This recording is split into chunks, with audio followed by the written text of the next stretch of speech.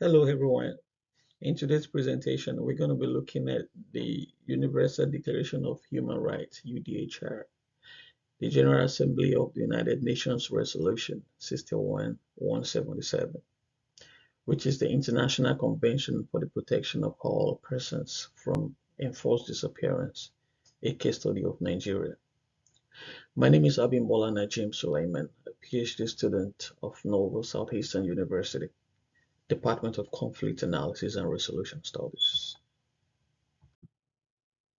The next slide is the table of contents, which comprises of some carefully selected topics in order to fit in the scope of this presentation. Well, number one of those topics is the details to the treaty. So this talks about the location of the treaty, which is CED, Article 33, Chapter 4, Number 16, Registration Number 48088.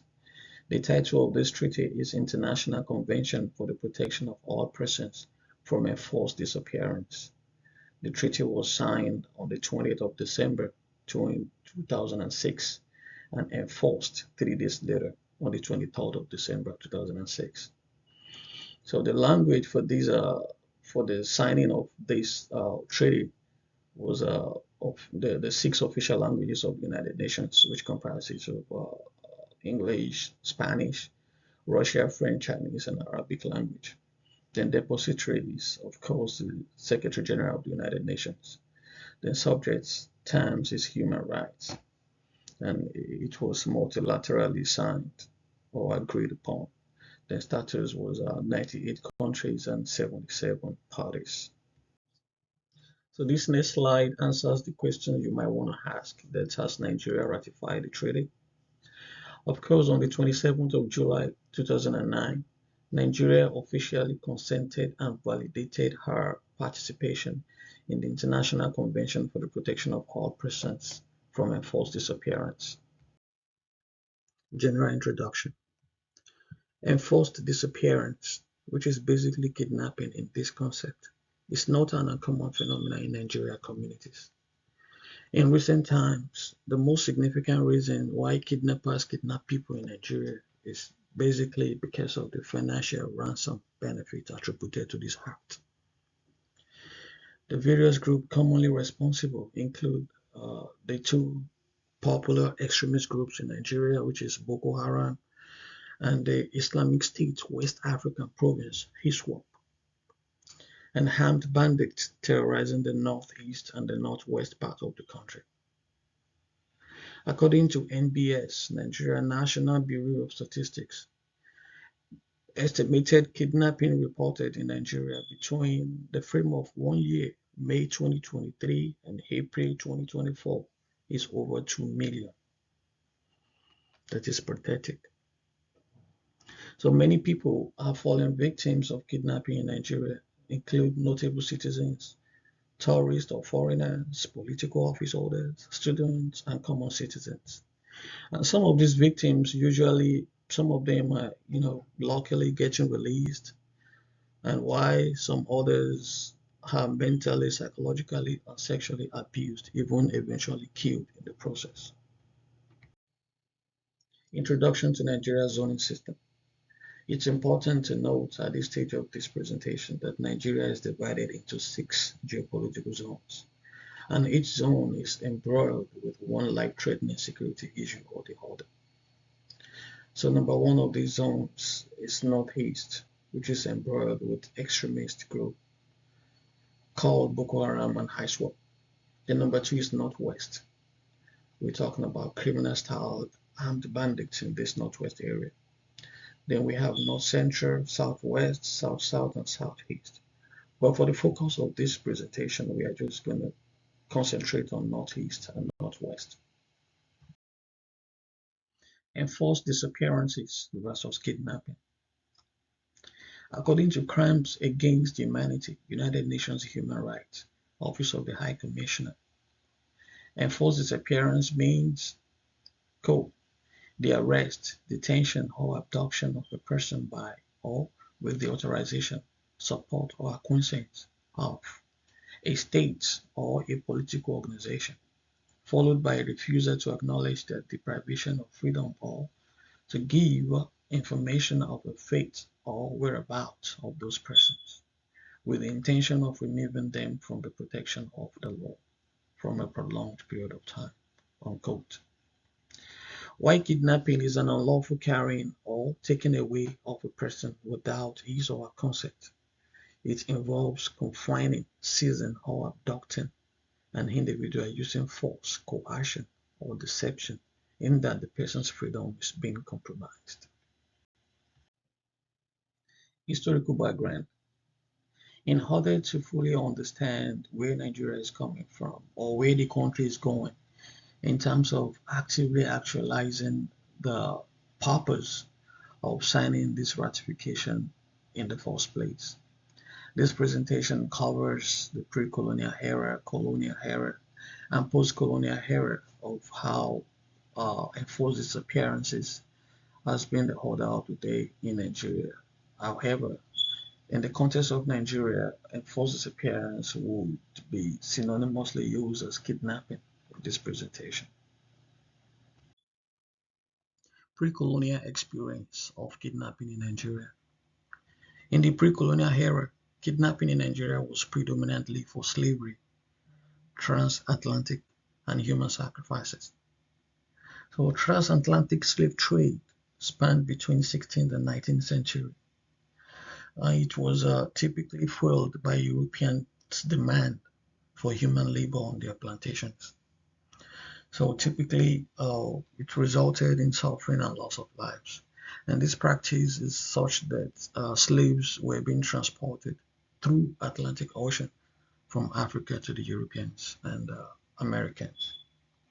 And human sacrifices in this context was a practice in the ancient Nigeria within the old kingdom of Benin. There's a ritual surrounding royal succession. So meaning whenever the lost one of their kings, the obas. So sometimes or usually they use a human being as sacrifice whenever they want to appoint another king. So they also use humans as sacrifices in terms of whenever there's threats of epidemics or bad weather. Colonial experience of kidnapping in Nigeria. Even after the British government officially abolished slave trade in December 1865, the British colonial masters in Nigeria still outlawed the abolition resolution.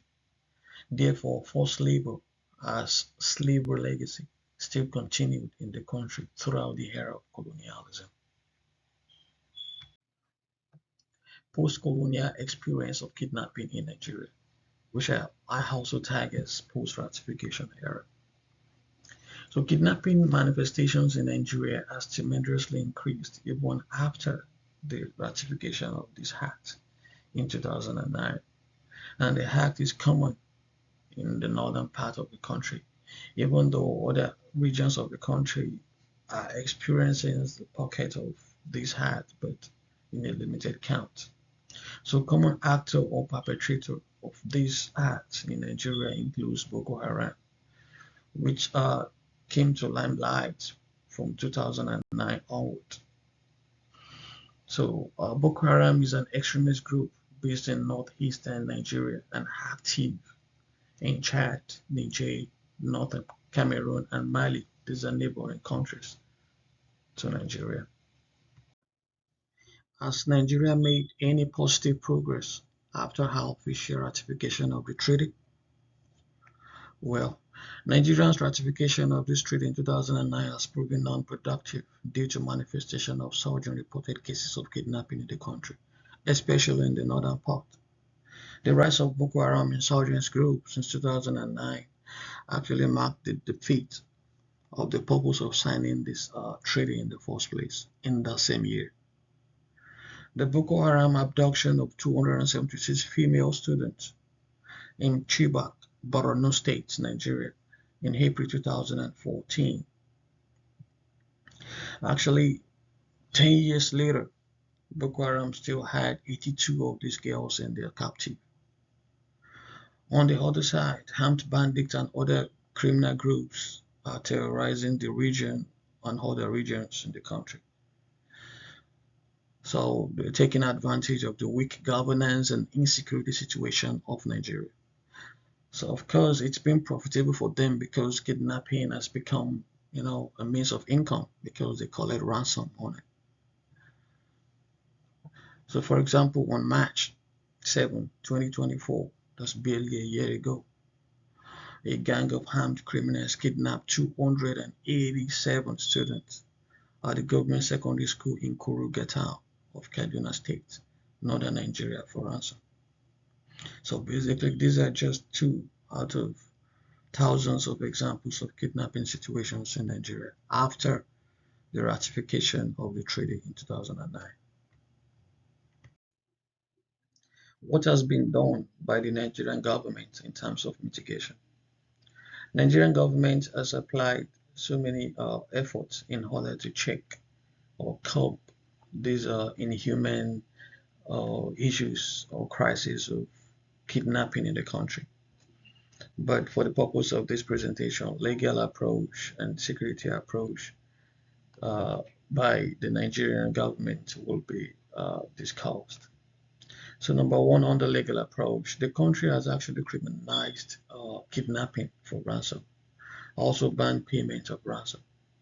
And then number three, under Nigeria Terrorism Act 2013, increased penalties. So what that says is any if any victim of kidnapping dies in the process, then the kidnapper is going to face death penalties or death sentence. So yeah, on the other side, security approach.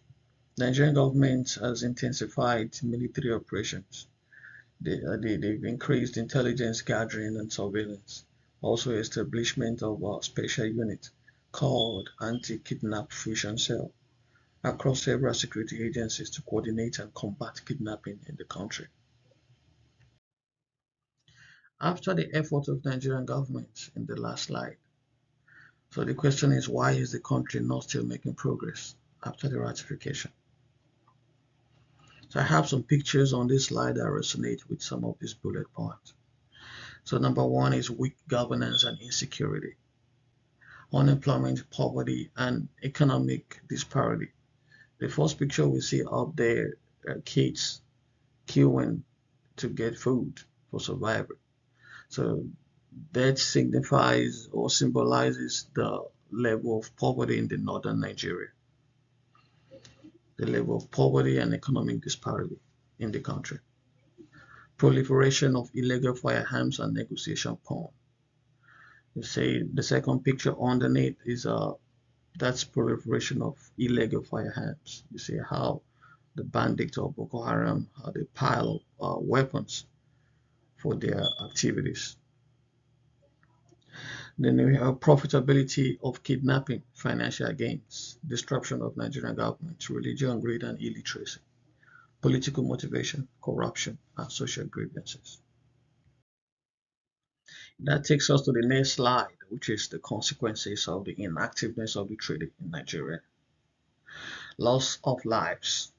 Yeah, of course, some of the victims of kidnapping would no longer see the light of the day. So meaning why some will be released eventually, some of them will be killed. Then number two, trauma and displacement of lives and properties. Economic disruption, trust issues with governments and security forces. Of course, citizens would find it hard or difficult to trust the government or their security agencies anymore. Here I have some recommendations for the Nigerian government to make progress in its 2009 ratification against act of kidnapping, which is enforced disappearance in the country. A more sophisticated approach that includes but not limited to the following is required. Number one, strengthening security measures. Number two, addressing the root causes, which is unemployment, poverty, economic disparity in the country. Number three, enhancing law enforcement and judicial process. Number four is community engagement and cooperation. The government and the security agencies should find a way of collaborating with the grassroots people in order to build rapport and trust in the people. This is a situation whereby if trust is being built, just a common man in the street will pick up his phone and call the security or the government whenever he or she sees a suspicious move that could actually result to kidnapping. Then number last one, but not the least, is discouraging ransom payments by training personnel more effective negotiation skills and strategies. I hope you enjoy my presentation. Thank you for your attention.